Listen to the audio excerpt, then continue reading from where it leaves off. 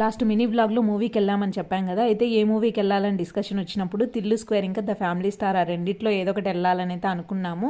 Finally ఇంకా Tillu square అయితే select చేసుకున్నాము. ఇంకా తర్వాత అది ఏ థియేటర్లో రన్ అవుతుందని చెప్పేసి గూగుల్లో సెర్చ్ చేసుకొని రాజా థియేటర్కి అయితే వచ్చామన్నమాట.